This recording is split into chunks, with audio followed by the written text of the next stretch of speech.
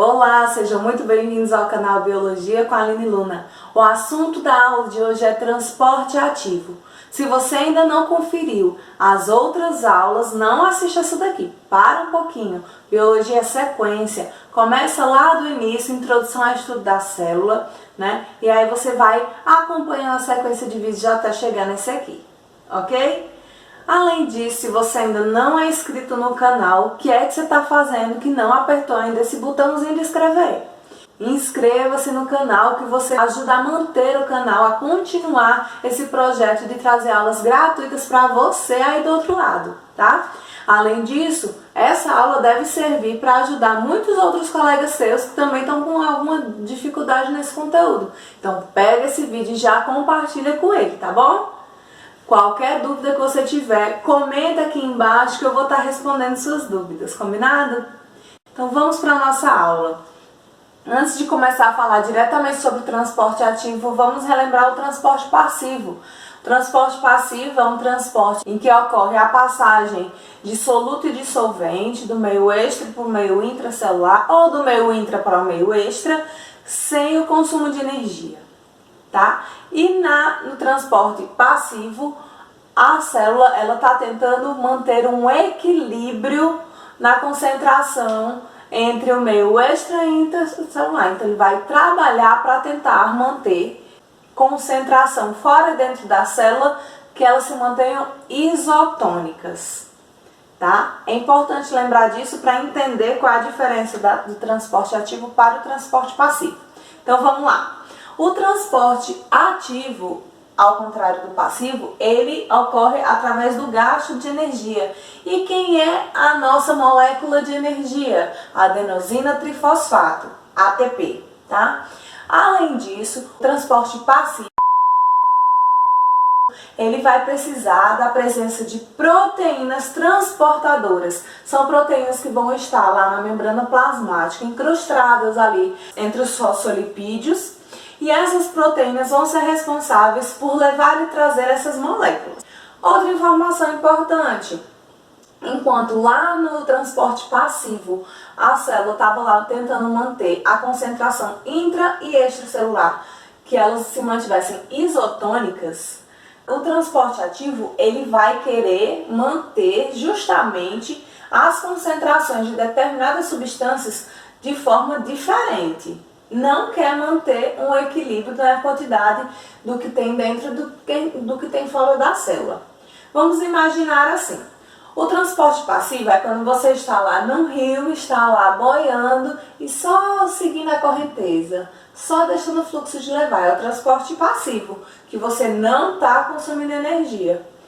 Já o transporte ativo é quando você precisa nadar contra a correnteza, que você vai precisar gastar energia. Por quê? Porque você está indo contra uma regra, contra a correnteza. Então, em vez de tentar deixar um equilíbrio, manter as substâncias intra e extracelular isotônicas, a gente vai precisar de quantidades diferentes de uma determinada molécula.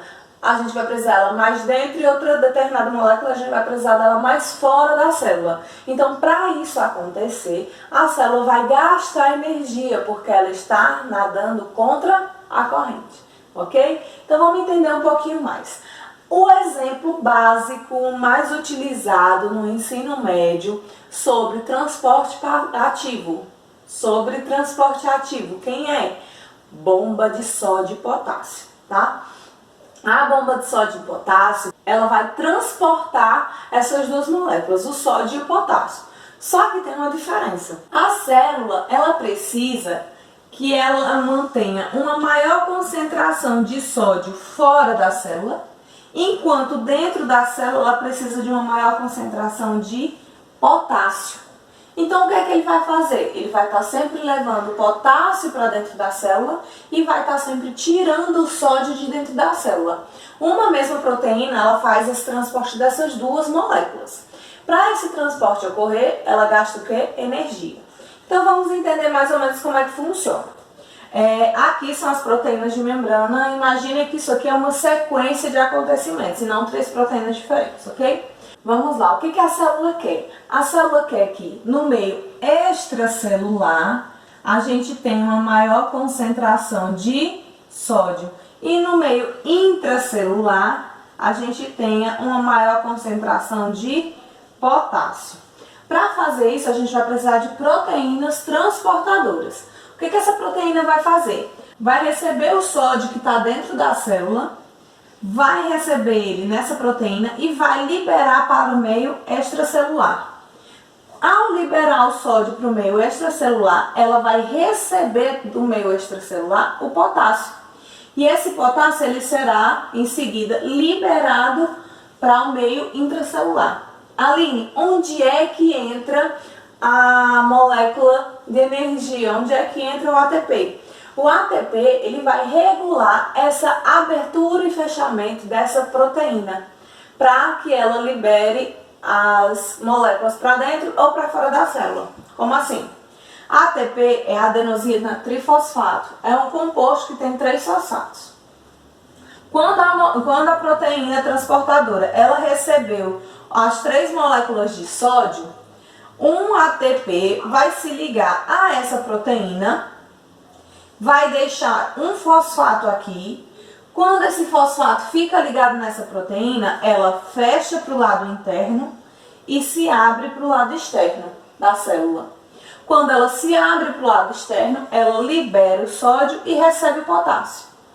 Quando esse potássio estiver ligado a essa proteína, esse fosfato que está aqui, que é o ativador, né, para a proteína abrir para o lado exterior, esse fosfato ele vai ser solto, ele vai se desprender da proteína. Quando ele se desprender da proteína, a proteína se abre para o lado interno, liberando o fosfato para o meio intracelular.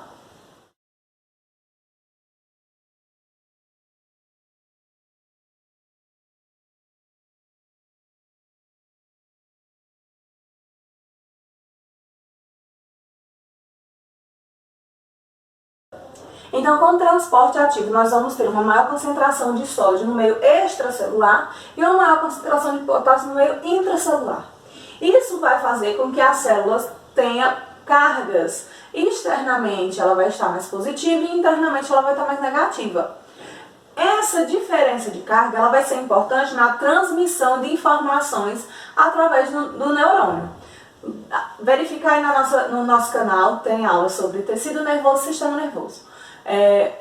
Lá vai ter um processo que a gente fala em que quando estiver ocorrendo a transmissão elétrica da informação através do neurônio, a gente tem um processo de despolarização, repolarização e todo esse processo ele ocorre através da transferência de sódio e de potássio através da bomba de sódio e potássio.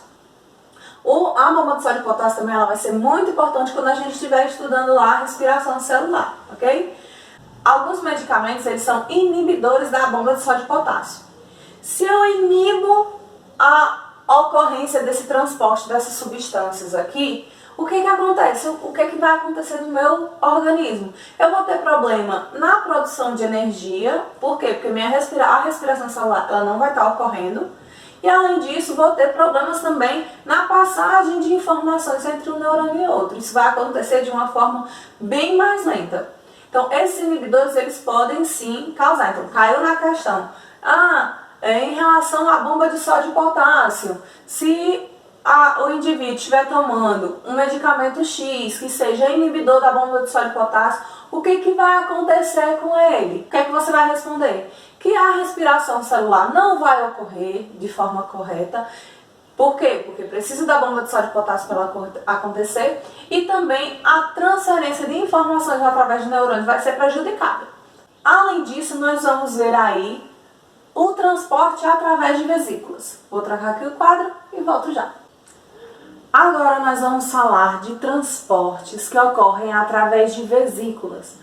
Vesículas são estruturas formadas através do destacamento da membrana plasmática. Então vamos lá. Existem 2 movimentos. Movimento de alguma substância para o interior da célula e movimento de algo que está dentro da célula que vai ser enviado para fora da célula.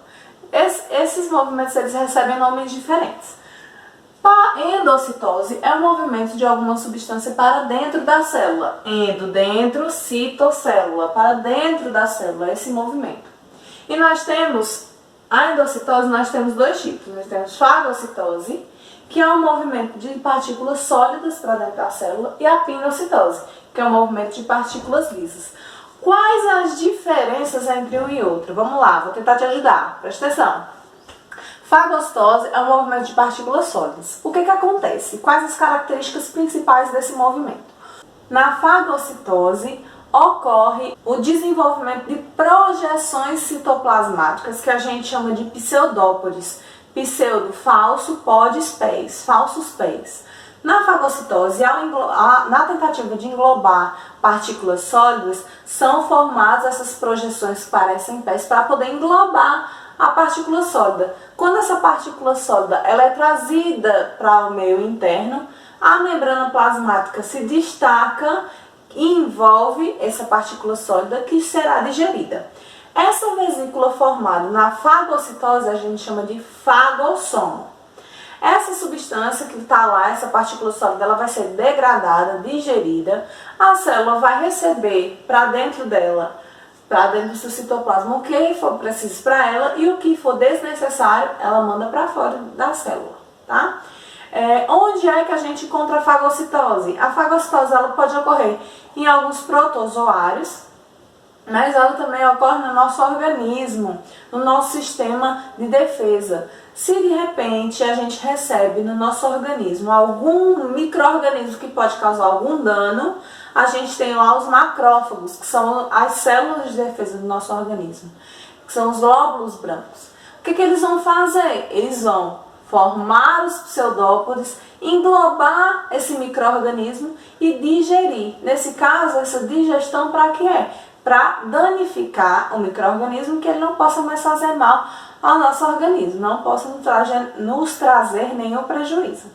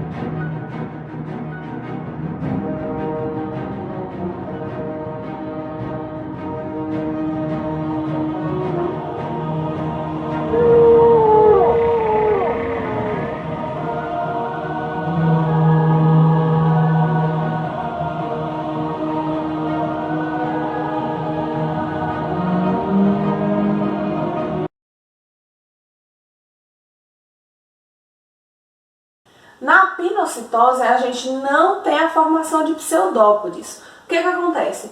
Tá aqui a membrana plasmática. Quando se aproxima a substância, a molécula, a partícula, que a célula precisa englobar, a membrana plasmática ela sofre uma invaginação. Então, ela se aprofunda para que essa substância vá entrando dentro da célula e depois esse movimento é encerrado quando a vesícula se destaca para o interior da célula. Essa vesícula que carrega uma partícula líquida, né, nesse movimento que a gente chama de pinocitose, essa vesícula se chama de pinossomo. E da mesma forma, essa substância ela vai ser digerida, aproveitado tudo o que for preciso para a célula e o que não precisa mais é liberado para o meio externo da célula.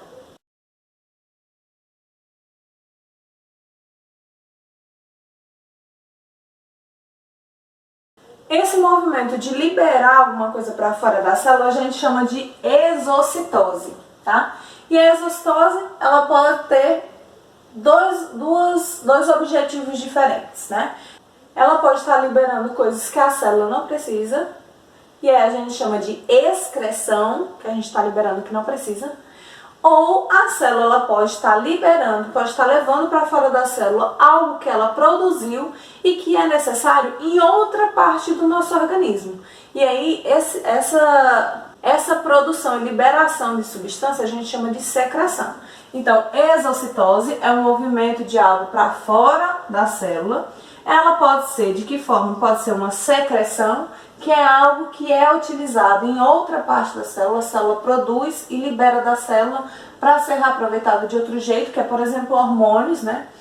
Várias células, várias glândulas produzem hormônios, e esses hormônios eles são liberados na corrente sanguínea e agem em outra parte do nosso organismo. E a gente tem também, por exemplo, as glândulas sudoríparas que liberam suor para liberar do nosso organismo água e alguns sais minerais.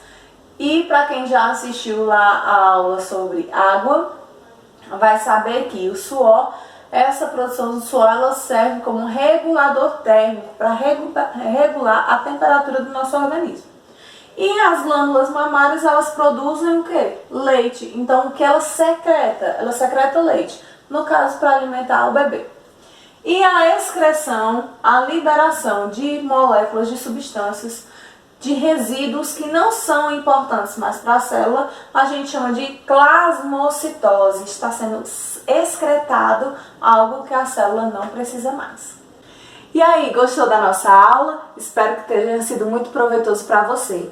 Aproveita, compartilha essa aula com mais outros colegas que possam estar precisando também.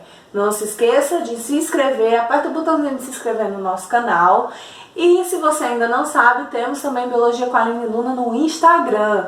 Corre lá no Instagram, nos segue e acompanhe lá nossas postagens. Próxima aula falaremos sobre especialização de membrana e eu conto com a sua presença. Um grande beijo e tchau, tchau!